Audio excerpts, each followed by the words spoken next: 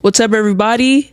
Merry Christmas. This is Ayanna Flakes, and this is your friend at midnight. So, in today's episode, I'm going to be answering a few questions that you guys asked. And yeah, we're going to get into these questions. And at the end of this video, I will do the raffle, and then that's how it'll go. Whoever wins will win. And I'll contact you and get everything all squared away. So I hope you guys are enjoying your Christmas food. For those of you that can cook, please send me some mac and cheese, please. But yeah, let's get into this. So the first question, what is your favorite color? I don't really have a favorite color. I think I like a lot of colors. I like lilac. I like brown. I like green. I like neutral tones too. That's pretty much it. I don't really have a favorite color. Question number 2. Do you have a favorite food? Yes, I do have a favorite food. My favorite food is enchiladas. Only green though. I don't mess with that red stuff. It's just a little too bitter for me. But I do love green enchiladas. Next question. What is your favorite TV show? My favorite TV show was on Netflix, but it left December 17th, and I was devastated. And it's The 100. Might be a little corny to some of y'all, but I don't care, truthfully. You guys didn't ask this, but I'm gonna answer it. What's my favorite movie? I love any Shrek movie, and I love The Book of Eli too. That used to be on Netflix too, but it's not. But yeah. Next question. What verse makes you laugh? What verse in the Bible makes you laugh? I can't nail it down to just a verse, but I will say Proverbs 19 through 20, chapter 19 through 20 makes me giggle a little bit because just clock a lot of tea in there. I think Proverbs is pretty funny, like especially if you're going through something or like when you're dealing with a certain thing, you could go to Proverb and it'll really just clock your tea and make you reevaluate your whole life. So yeah, Proverb.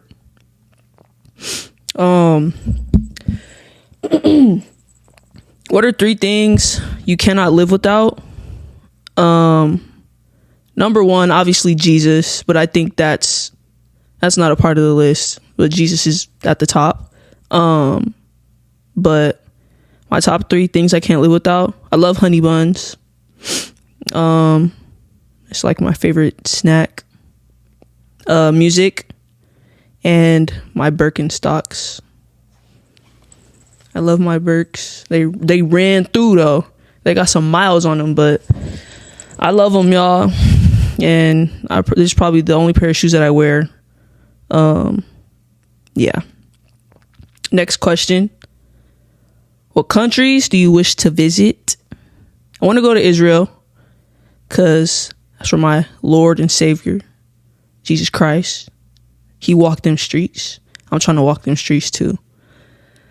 Also any country that has like Northern Lights, that's what I'm trying to see. Like I always thought like the Northern Lights are very beautiful, and we don't see those in California. I know like Oregon, sometimes they see them, but I don't know. I think Switzerland or Netherlands, somewhere, somebody got them.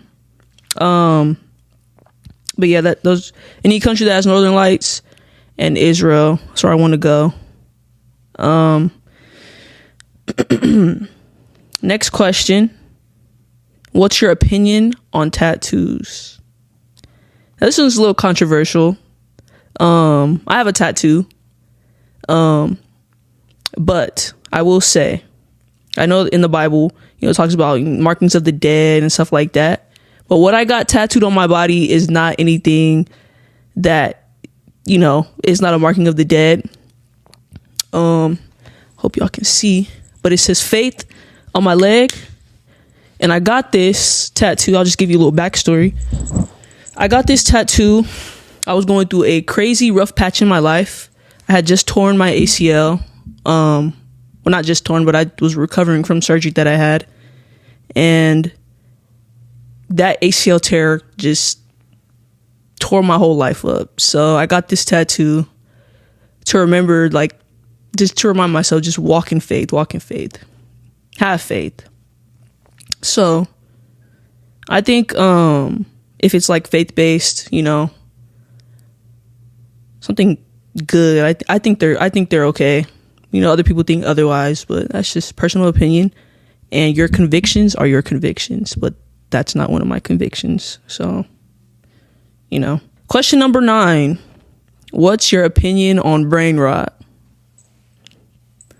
Now, there was a season in my life where I was reciting the little La La Lina Cappuccina or whatever, and Tung Tung Tung Sahor. I think it's stupid, but it's just funny to say, I guess. It's a little catchy. I know they have games on Roblox, the little kids be playing. But my opinion, I think if you could recite brain rot, you could recite scriptures, or you should be able to. So let's go. Next question is, when is the next episode? The next episode after this episode will be next year. So January. Around, I want to say 15th to the 20th. Got some things lined up for you guys. So, just turn that post notification bell on. You feel me? Like and subscribe. You feel me? The next question is, how long does it take to prepare a video? So, since I'm really new at this, I'm still trying to find a system that's good for me. And what I did and what I'm doing is, whoever I have as my guest, obviously I talk to them.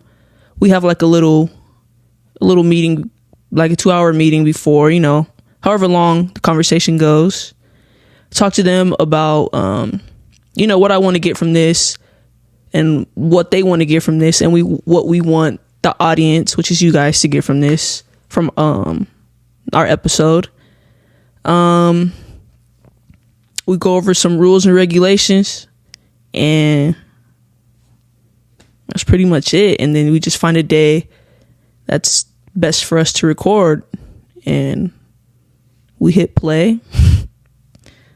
We set up the mics, set up the computer, we set up the phone, we set up the camera, and we pray, and we hit play, and we allow God to lead us wherever he wants us to go. And that's how I prepare a video.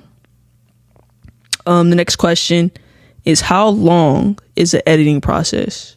So, since I've only recorded 2 videos, and the first one was a minute long, I'll just go based off the second one I did, and that took 1 to 2 days.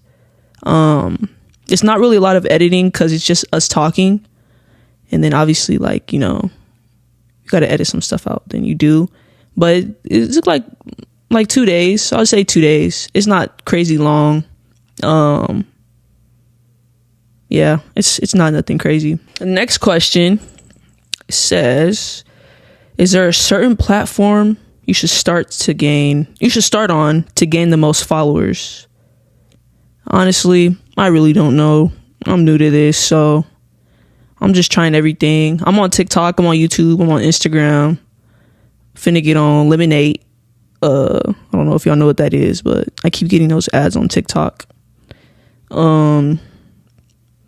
yeah, like I'm just trying everything, and then whatever blows up from there, just, I'm trying to plug all my little social medias or whatever. Yeah, I don't really have a specific platform that I've blown up on yet, but hopefully soon I blow up and, help you out again, or next time you ask a question. Next question. What age group do you think your podcast will reach the most? Low key, I think my age group, hopefully, like, it reaches everyone. Some of you guys may know my podcast is more like testimonial based. So what other people have been through and how they overcame that situation, or how God just kept them in a certain time of their life, or how they gave their life to Christ, stuff like that. So I think that's good for all age groups, but if I had a target, it would be like 12 to 30. Yeah, I feel like that's a good age group to, try to reach, because we are the future, and yeah, people need to hear about Jesus and give their life to Christ. So yeah.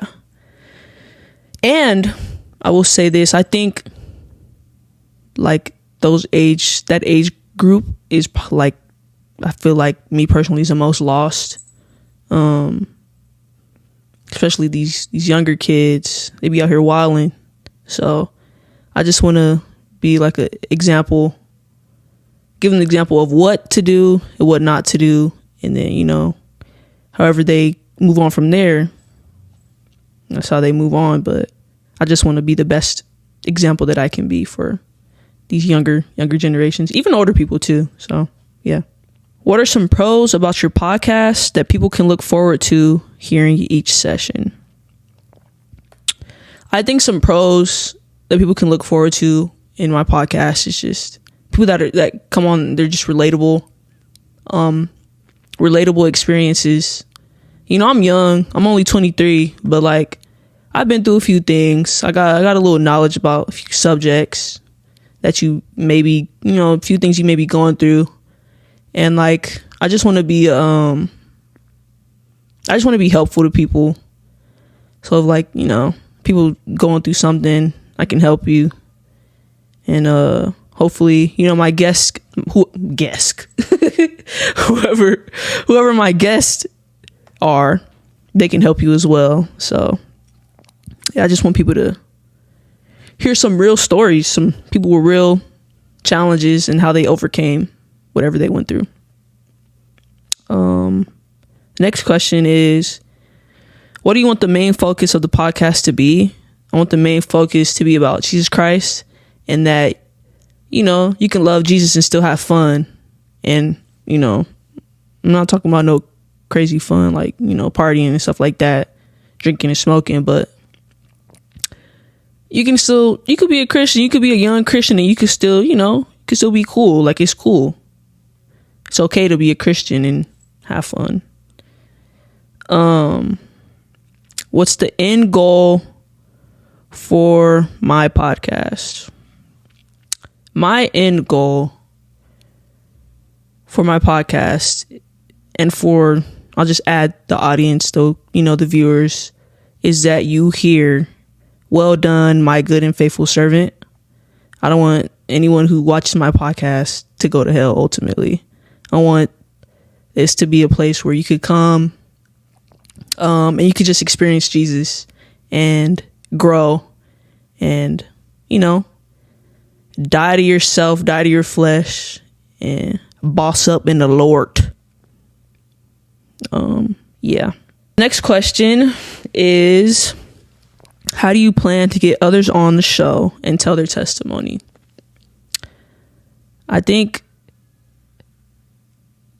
I really don't have a plan, but I know God will put me in a path to where he'll put me on a path to where, I'll just encounter people and, having conversations with people about Jesus. And then, if they have a amazing testimony and they want to share it, I'll invite them on. And if they don't want to share it, that's cool too. But hopefully, like, you guys, the audience, is encouraged to come out and share when you see, other people coming on and sharing. I'm open to having people on. It's not like I'm, trying to gatekeep nothing. This podcast doesn't live without you guys. So I need guests. I need people who are willing to come and share and, help people overcome what they're going through. And this question says, are you willing to go live and do Bible studies online so people can better understand the word or understand the word better? I'm open to doing that, but I'm open to do that. There's no but. I'm open.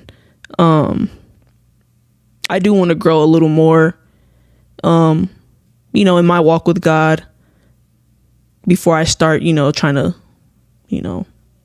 I feel like preach to people or teach people, because there's still some things that I don't understand, and there's still some things that God is trying to, clean up in me. So I'm open to doing that, but in due time. How did you know that you should start a podcast?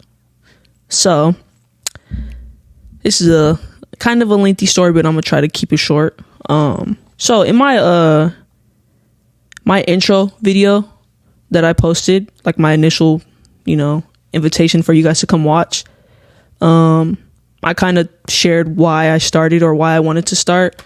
There's a night where I was just going through a lot. I was laying in my bed and I was just crying. I was crying out to God, and I was just like, what am I supposed to do? Am I even supposed to be here? Like, what's my purpose on the earth, basically? Like, what am I supposed to be doing? And I just asked God, like, what am I here for? Like, why am I here? And maybe like a few minutes later, like, I was crying and I was just like praying. He basically told me, like, start a podcast and share testimonies, share your testimony, and just go on from there. He didn't really give me like he gave me a plan, but like, it wasn't like a, step by step. So, but that's how I knew, that I should start a podcast. Yeah, I feel like when you're at your most vulnerable point and you're praying, God will for sure answer your prayers, and he'll speak to you and tell you what route you need to go. You just need to have a willing heart and open your ears. You have to want to hear his voice. So, yeah. When did I know? Another question says, when did I know I wanted to make a podcast? I don't think I knew I wanted to make one. It's just what God told me to do. So I don't know. Like, that's just what he told me. I'm trying to be as obedient as I can be to what he told me to do. I didn't know that I wanted to start a podcast, because some of you may know me, but I'm not really like a super, like, I'm social, but I'm to myself, and talking in front of a microphone is very uncomfortable for me. And yeah, like, this is not my go-to. So yeah.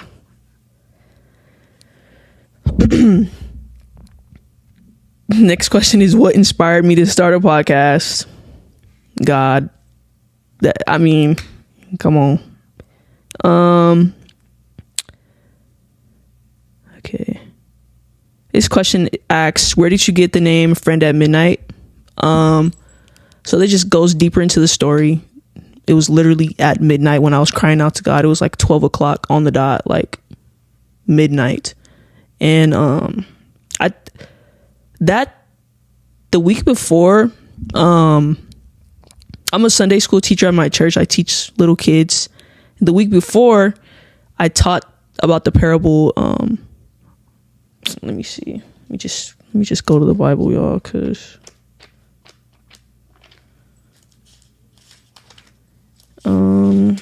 I taught about the parable about the friend at midnight, and it's just crazy. It's crazy how God works, because he'll show you something and you won't get it, and then he'll show it to you again, or he'll bring it up again when you're ready to get it, I should say. Where is this at? I think it's,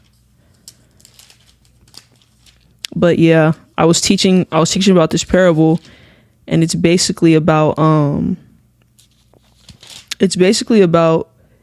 how this friend came up to another friend's house at midnight, and he asked him for stuff to eat, because he had a guest come over late at night, and he wanted to be able to feed his guest, or be a good host. And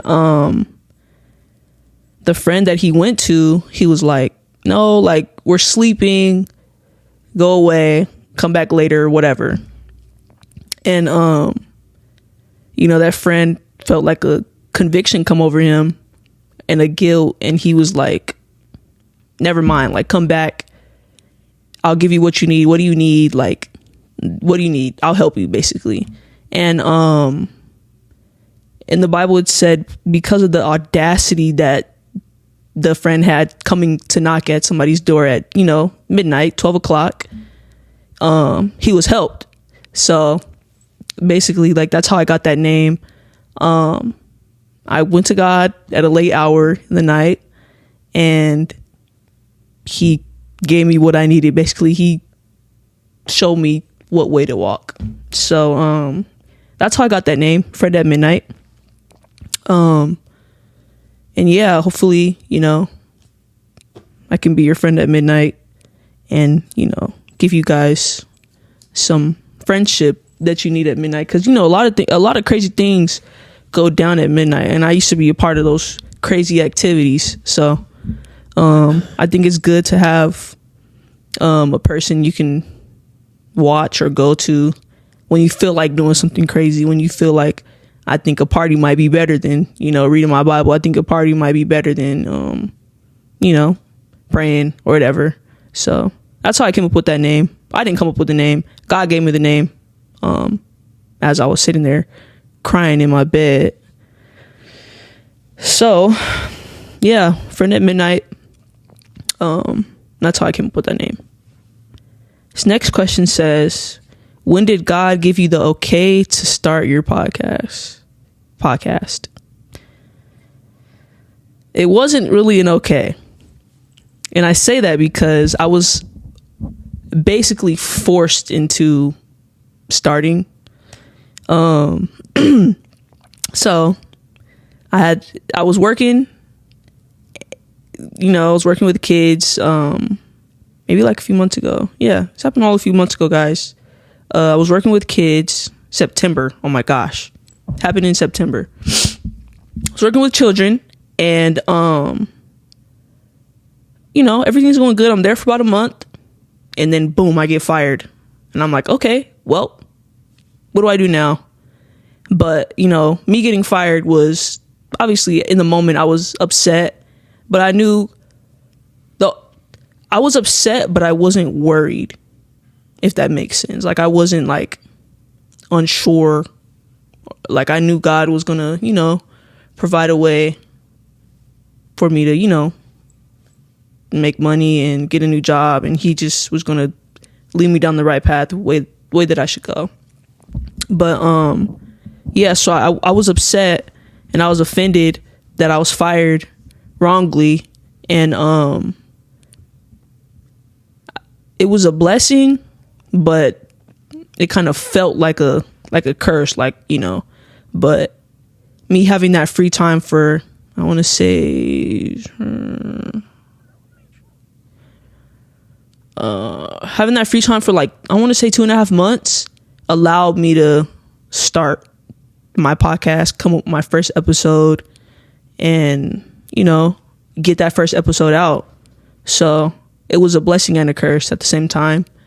I was just allowed to start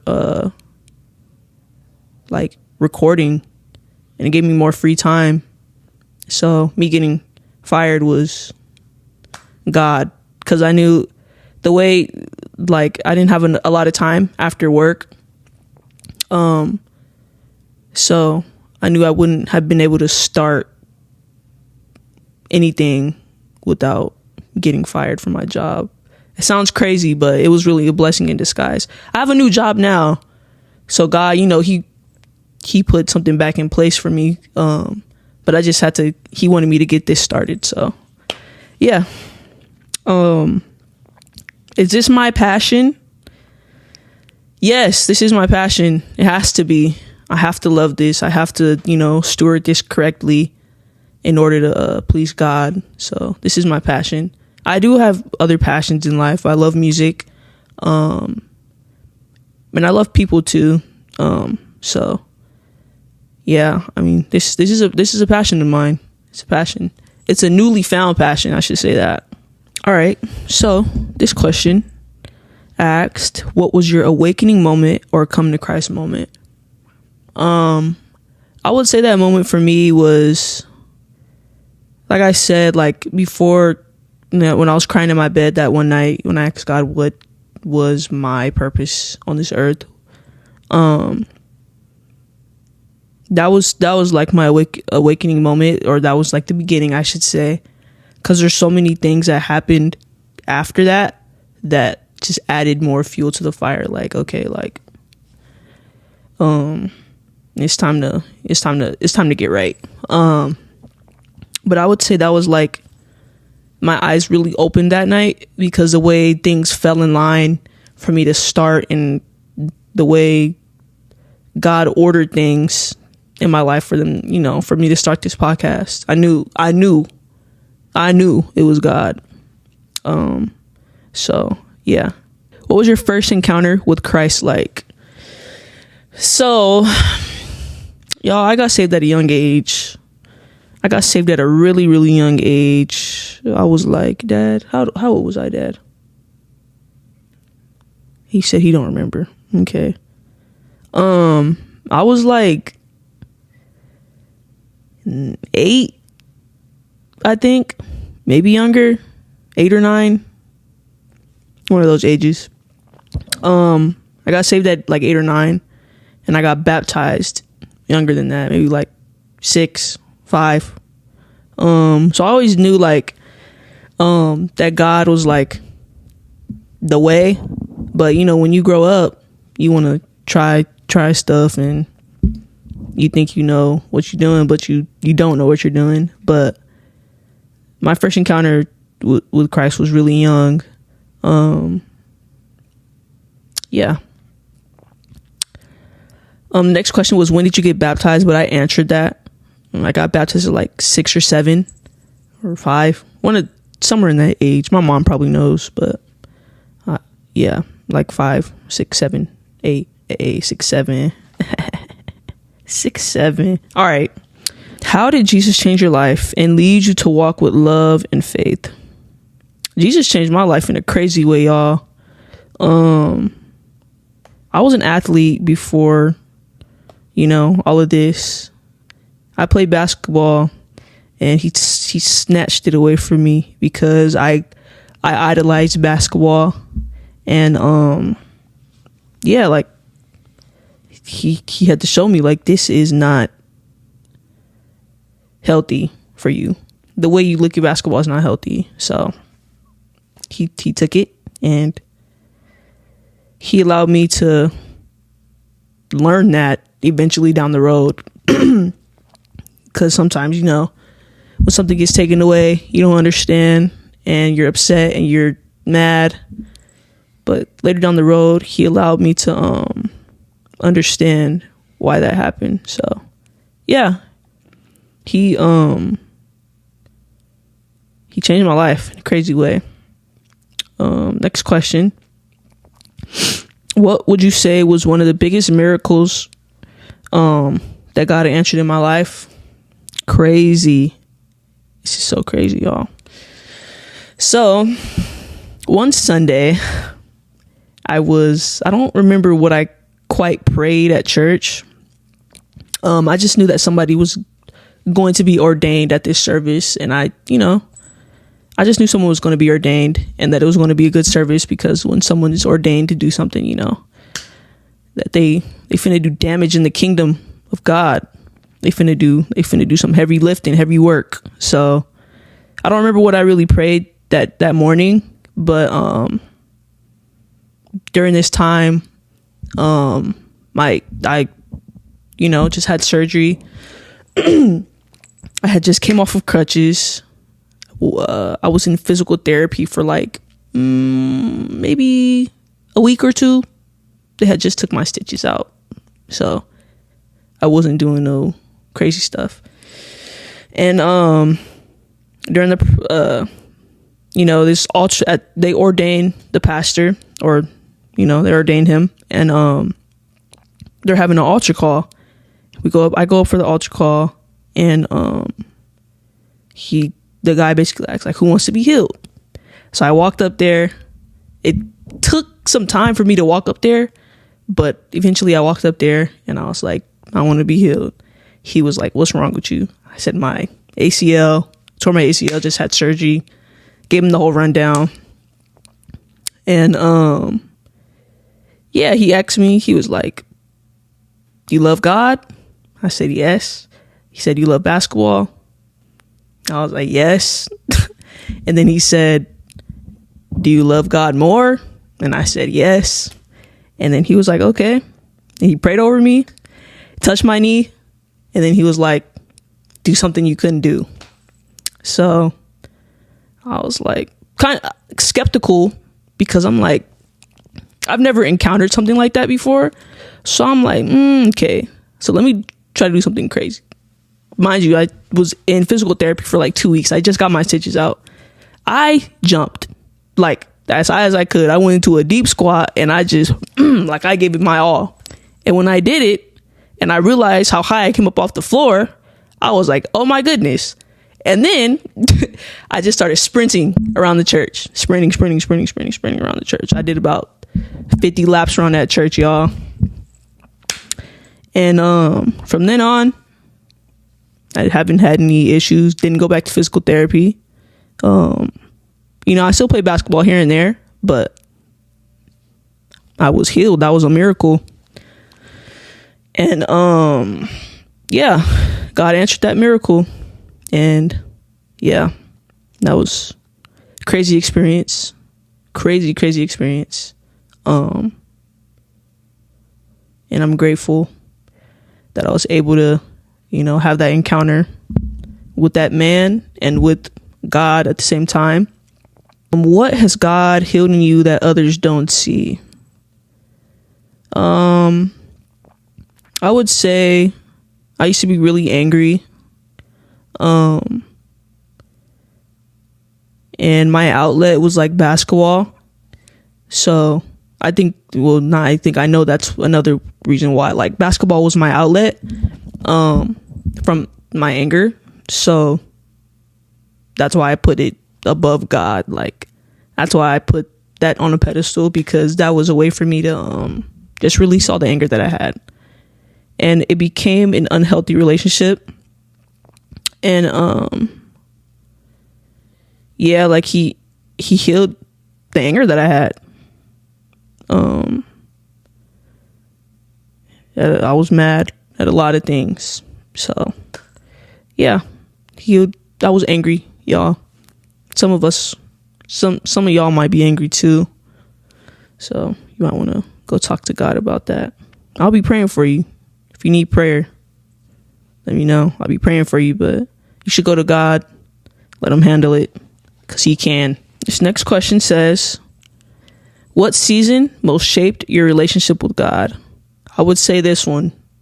This past year there's been so many different transitions, and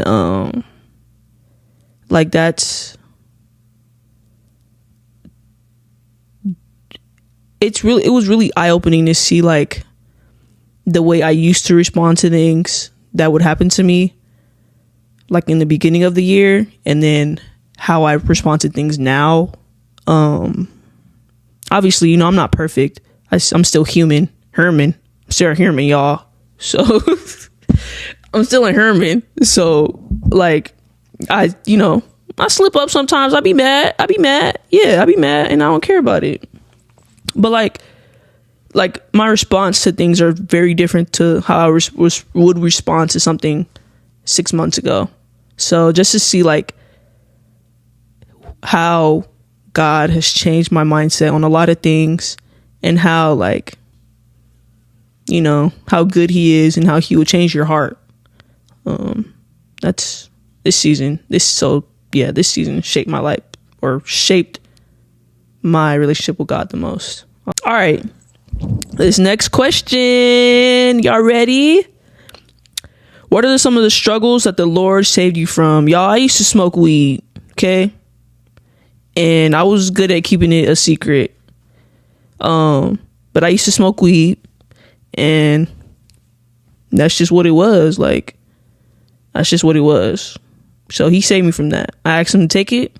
He took it. And he took it quickly. Yeah, that was a struggle that I had. So if you're struggling with any substance, hit me up. I can tell you what I did. And it was a lot of prayer though. So yeah. Next question. What is something God asked you to surrender that was painful? Basketball. He asked me to surrender basketball. I love basketball, y'all. Like, I really do. But like I said earlier, it was just a really unhealthy relationship that I had, and it was placed over God. So he said, give it up. He said, give it up. He didn't even say give it up. He just kept allowing me to get injured on the court, so I wasn't able to play. So he said, give it up. What area of your life is God still working on? I would say being offended by things, whether it's on purpose or not on purpose. I think I'm doing a good job. You know, every day is a new challenge. Every day is a new opportunity to get better. So, but he's still working on that area. You know, I don't want to be bitter and mad at people. So, you know, offense. He's working on offense in me, because I feel like I'm gonna be offended. Like, they're going to offend you, but like, you gotta keep going. You can't work in offense in the kingdom of God. So you gotta keep going. You gotta keep pushing. Let Jesus be your portion. Amen.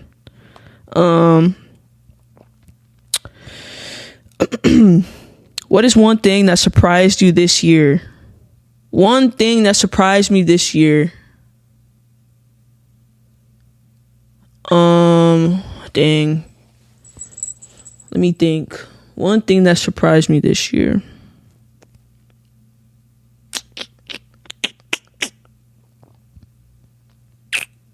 I don't know. I'm gonna just keep it a buck. I gotta think. One thing that surprised me this year. What's one thing that surprised me this year, Dad? He still don't know, y'all.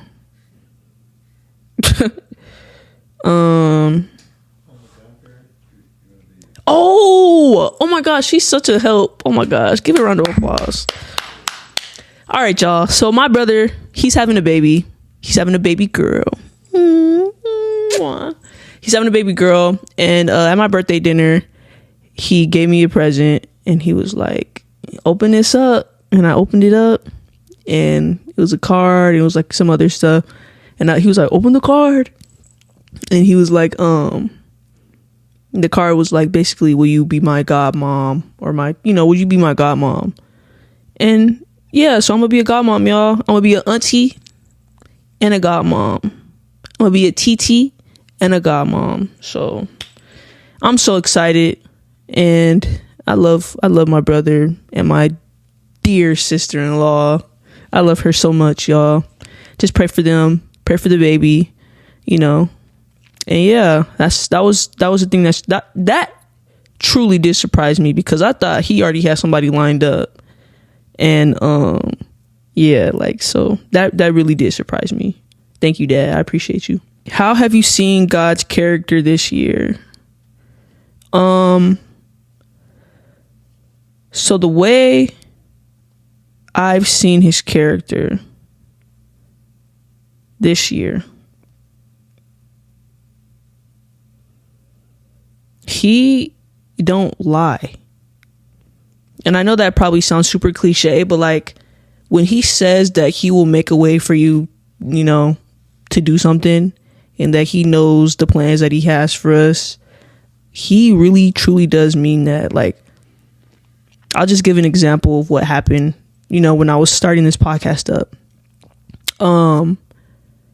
You know, before I started the podcast, you know, after I had the encounter with God, and he told me, you know, start the podcast, share testimonies.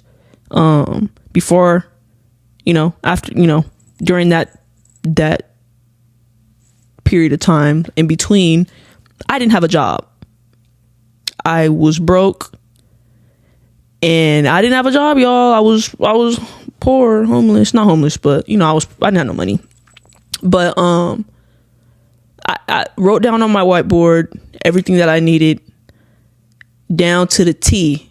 Like, when I tell you, down to the stand that's holding my phone. Like, I asked for everything, like, with no job. But one thing I will say that I was very consistent in, I gave offering. Like, I would scrape up money to go throw it in that offering plate. Like, I would dig out lint in my pockets and throw it in an offering plate. Like, I was just like, because I knew that I needed a blessing. I needed a miracle. And because I didn't have any money. So the things that I asked for 2 microphones. I asked for a new laptop, because my old laptop wouldn't stay charged past 80%. Actually, if I unplugged it, it would just shut off. So I needed a new laptop. I needed 2 mics. I needed mic stands. I needed a phone. I needed a new phone to record, or a camera or something. I needed a camera stand. I needed a phone stand, and I needed a place to record. So, you know, like I said, I had no job. Nothing to my name. I was blessed with a computer for free, practically new. I was blessed with a new phone. I got 2 new microphones. I got mic stands, and I have a place to record. I actually have 2 places to record, but I choose this place because, you know, it's closer. But like, when God sends you on a mission, he not gonna send you bone dry. That's all I'm gonna say. He not gonna send you, you know, with things down the road that you're gonna run into. He not gonna send you out like that, because he loves us and he wants the best for us. So that's how God showed his character to me. Like, I keep my promises. Like, I have never lied ever. And it's really easy to look at. It's really easy to judge God based on how other people act. God's not a liar. He's not a cheater. He's not a scammer.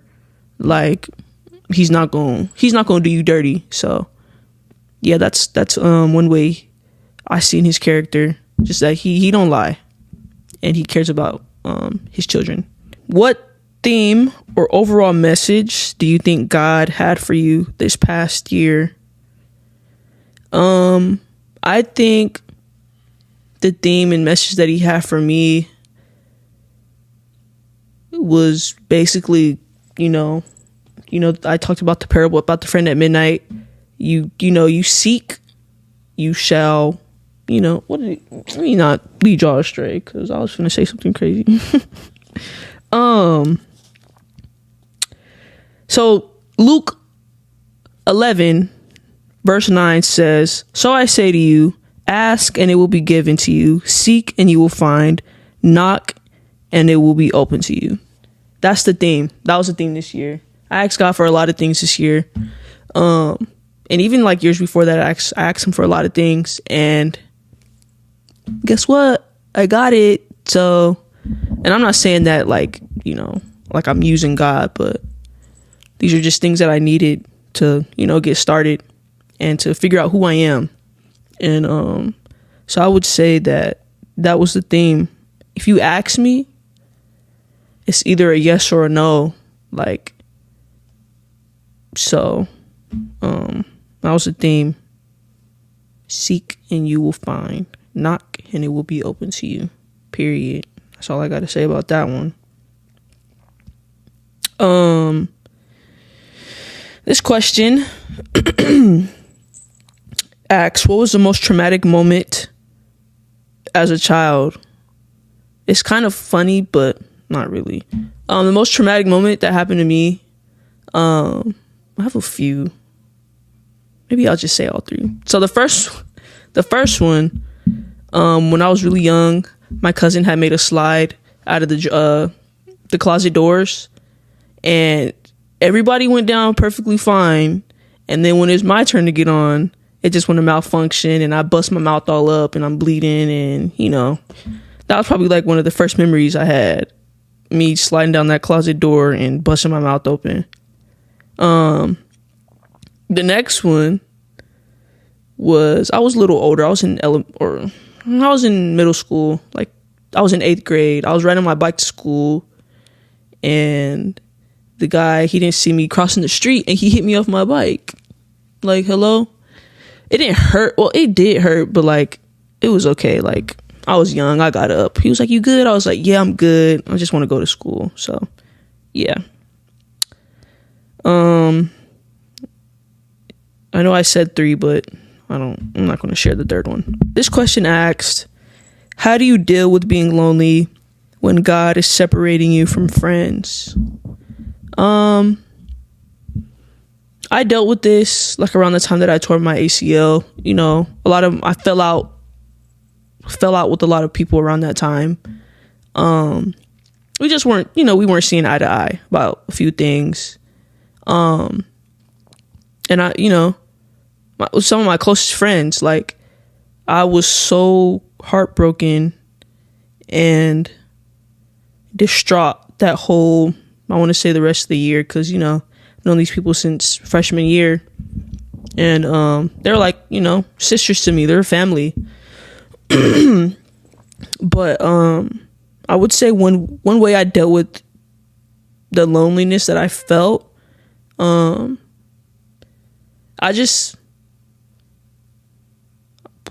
at this time, I was playing basketball, so that was an outlet for me.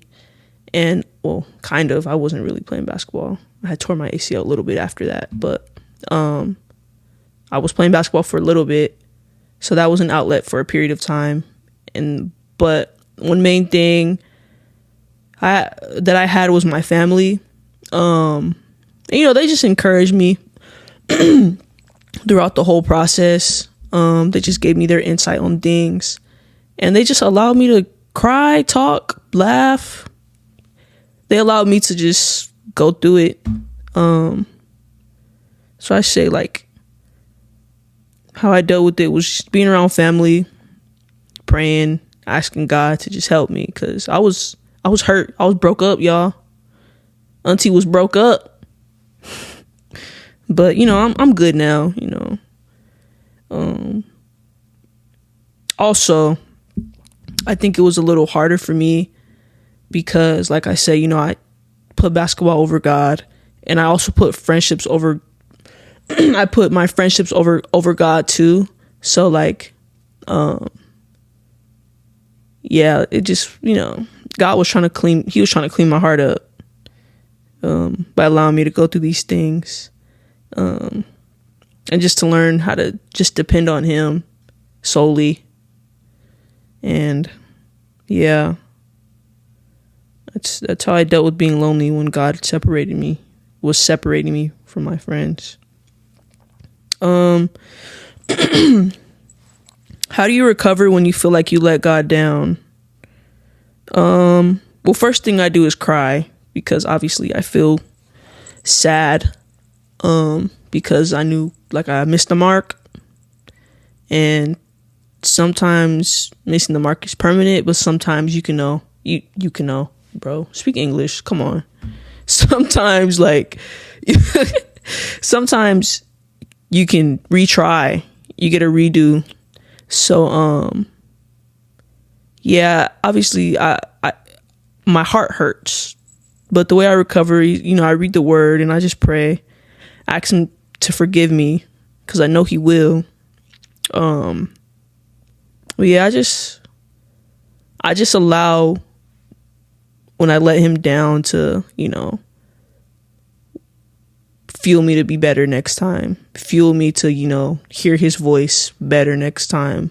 And yeah, just got to keep going. You got to keep going. You can't stop. You got to keep going. So what do you do when you feel like you start to have doubts?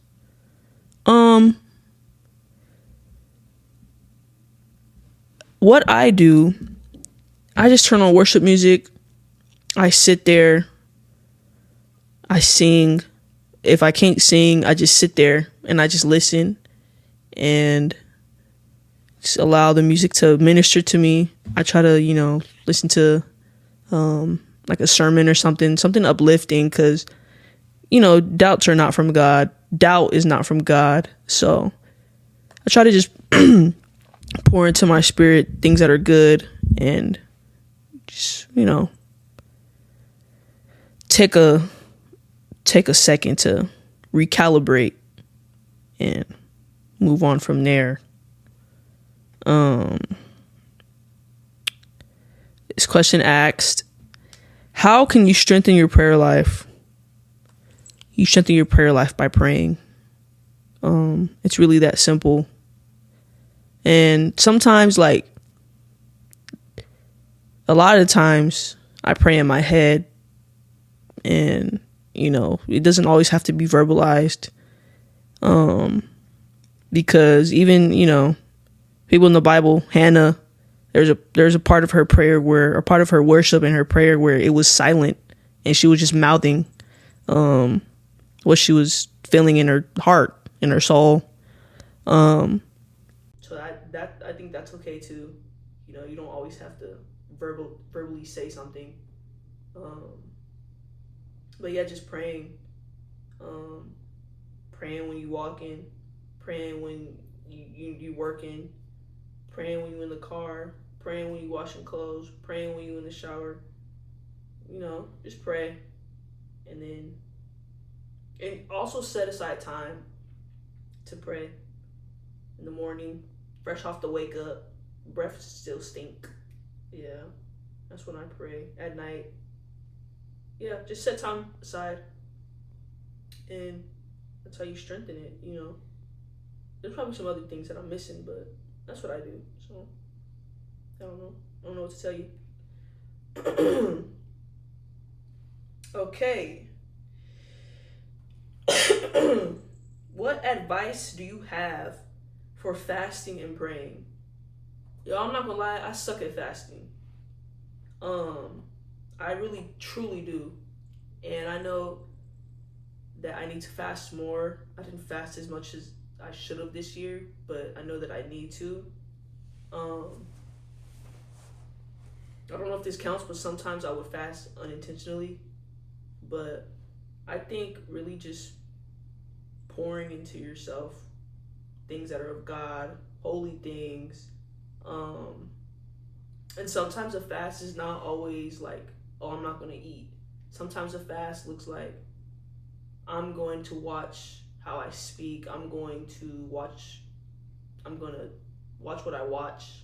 If that makes sense. Like, I'm not going to be on social media. I'm going to watch what I watch on YouTube. I'm going to, watch how I think. Like, it's not, fasting with food is good too.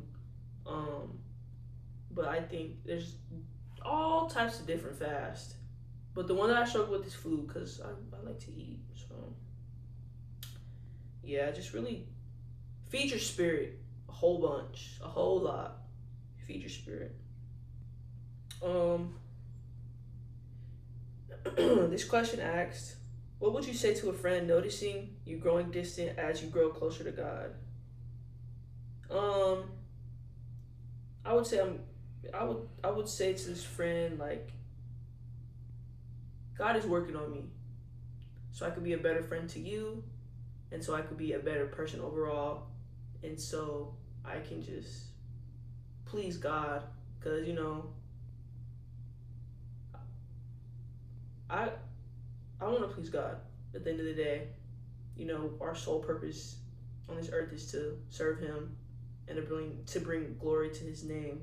So I just want to say to people who are going through this currently, like, and the people who feel like they're being left on the back burner because you see your friend going through this transformation.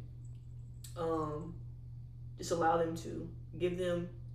Don't take it personal. That's what I would say. Don't take it personal because it's not personal. And if you truly know your friend's character and you know how they operate, then you should know, like, if it's personal or if it's they're just trying to God is transforming them. So yeah.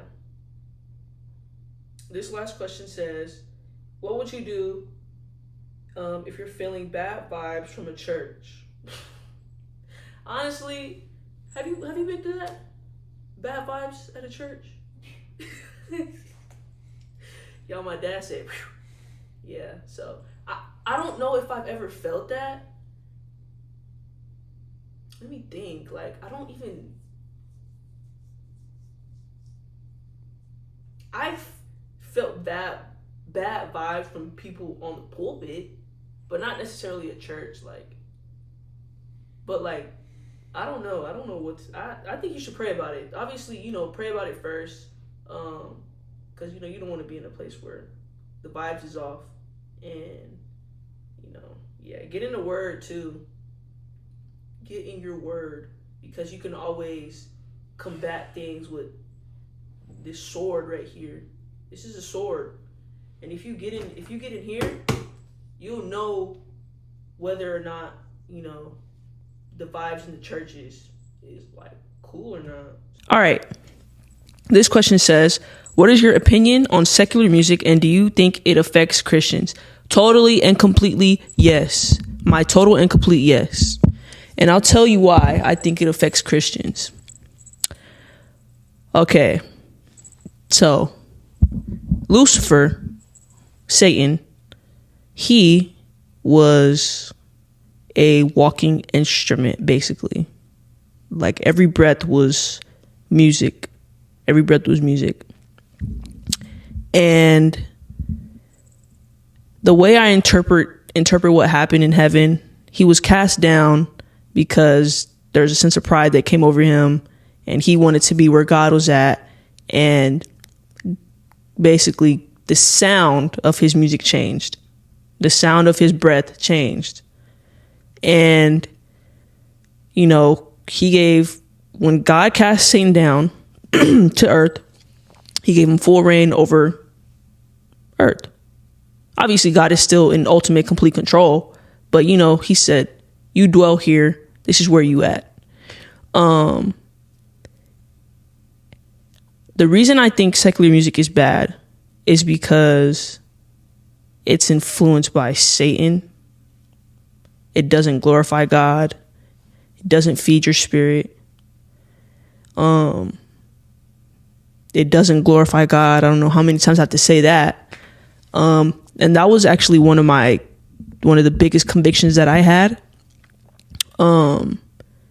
Was the music that I listened to, and I literally don't have any other playlists on my phone anymore because of that conviction. I only listen to Christian music now or gospel music, things that glorify God. And if, you're a Christian and you feel like it's okay to listen to, NBA Youngboy, what's another one? Doja Cat, Drake, some other people. Anyone who doesn't glorify God, I should say. You know what these people represent. You see some of you may see the symbolism in their music videos and stuff like that. You know, they're not living a holy lifestyle. So why would you think that their music will be okay for your spirit? That's all I have to say about that. The next question is, do you believe in secular and Christian partnerships on songs? No, I don't. Especially if you don't see, like, if you're a Christian artist, you don't see the secular artist walk change. You don't see that they're walking with God. Right after they leave your studio to record your song, they back in the studio talking about popping pills, smoking weed, having sex, drinking. Why would you want that on your song? Why would you want that spirit on your song? You know what I'm saying? So I don't believe in that at all. What does worshiping God look like to you? I think I worship God a little different. I think everybody worships God a little different. But mine, what it looks like for me, well,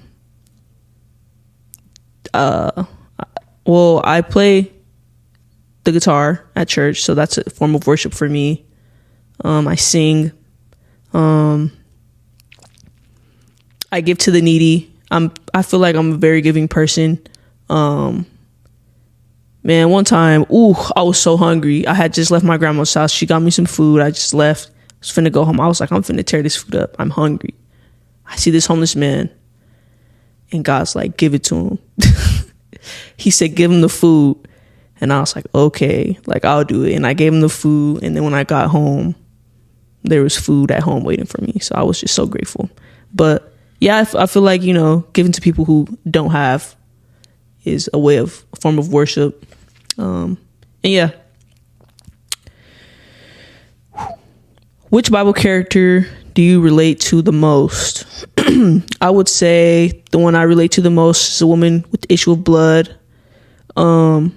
She went every route, every doctor, she spent her last dime on the doctors and every remedy, everything. She went everywhere. And then once she encountered Jesus, she was totally and completely healed instantly. So yeah, I think I relate to her the most. What's your favorite verse? One of my favorite verses is in Galatians chapter 5, verse 22. And it says, but the fruit of the Spirit is love, joy, peace, long-suffering, kindness, goodness, faithfulness, gentleness, self-control, and against such there is no law. That's my favorite scripture because, all those things represent, the Spirit of God. It's fruit of the Spirit. And it says, like, there's no law against those things. There's no law against being kindness. There's no law against being kind. There's no law against loving your neighbor. And why wouldn't we want to act in that way? So yeah, that's one of my favorite verses. This question asked, what do you see yourself doing in ministry down the road? I have a heart for people who obviously I see are walking down the wrong path. Whether it's, they're just confused on what to do. I want to lead people to Christ. And eventually on my podcast, what I want to do is have people come on who are not believers and turn them into believers. But until then, just going to be doing testimonies until, learn how to defend the faith more. And, yeah, that's pretty much it. I want to convert people into believers. Boom. Who is your greatest mentor? Who's your greatest mentor in your life? Right now, one of my mentors, somebody I watch a lot, her name is Megan Ashley. She's a podcaster. She be clocking my tea sometimes with what she be saying. So I really appreciate her and her obedience to God. Next question. Can I be a guest? Of course you can. You're always welcome. Why wouldn't you be welcome? Come on, hit me up. Let's set a date. And boom. This question asks, I'm also about to start my podcast. Where did you start? I started with just getting my equipment. Yours may be different. You could start today if you wanted to, but I started with just getting the equipment, setting up all my social media accounts, and then like a website that links everything together. That's where I started. Equipment and setting up social media. This question asks, why is your dream guest me? Because you the best, bro. You the best. You the best, bro. Actually, come on. You know who you are. You know who asked this question. Come on. Let's set up a date, bro. This asks, who is my dream guest? I don't know if I have a dream guest yet. But once I figure that out, I will let you know who it is. This question asks, are you willing to get the funeral stud on your podcast? Yes, I am willing, because she needs to hear the truth. And 1, 2, 3 with Lisa. That's a good song, y'all. I wish to heaven had a phone to call you up to hold her conversation about our problems. Get in touch. Right. I would have her come on if she was open and willing. Like I said, she needs to hear the truth, and she needs to know that God loves her. And yeah. This question asks, what motivates you to keep going every day? Something that motivates me is that I know I have a purpose, and I know that there's a mission that God set me on, and I don't want to fail. I don't want to hear, depart from me, you workers of iniquity. I don't want to hear that. So I'm just keep going. Yep. What advice would you give your younger self spiritually? I would tell myself that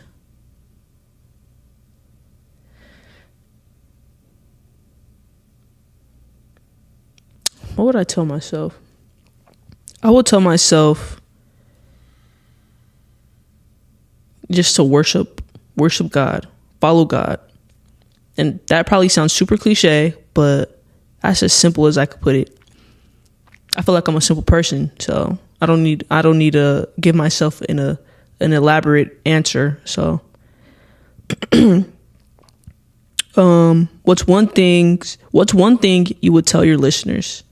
One thing I'll tell my listeners is that I love them, and that God loves them. And whatever their testimony is, it needs to be heard by others.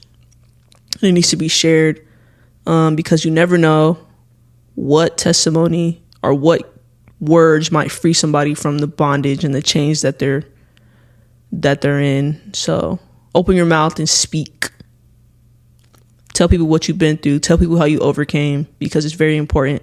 The Bible says we will overcome by the blood of the Lamb and the word of their testimony. And word of the testimony, you could write down your word, or you could verbally say your word. You could sign your word. You could do whatever. But as long as you say it, you don't know. People are overcoming. So that's all that matters. We need the blood, and we need testimonies. So boom.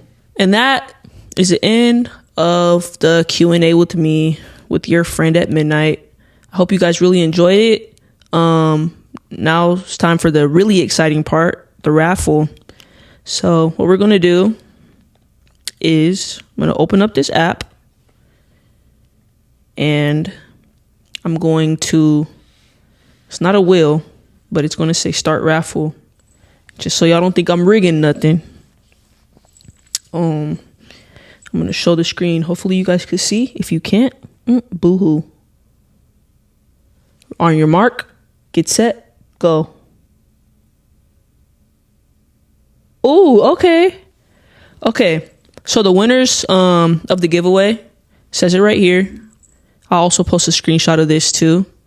The winners is a nice young lady that commented on TikTok. Her name is Deja. She came in first place. She got the first present or the first gift. And the second person is Nene. You guys, Nene just had a baby, and I think it was meant to be so she can provide for her baby boy. So, yeah, I'll be texting you guys and getting those gift cards out to you guys. And I hope you guys really enjoyed this video. And I pray that God blesses you going into this new year. I pray that you guys had a good Christmas with your family, or, you know, whoever you spent your time with. And I love you guys, and God loves you more. And thanks for watching.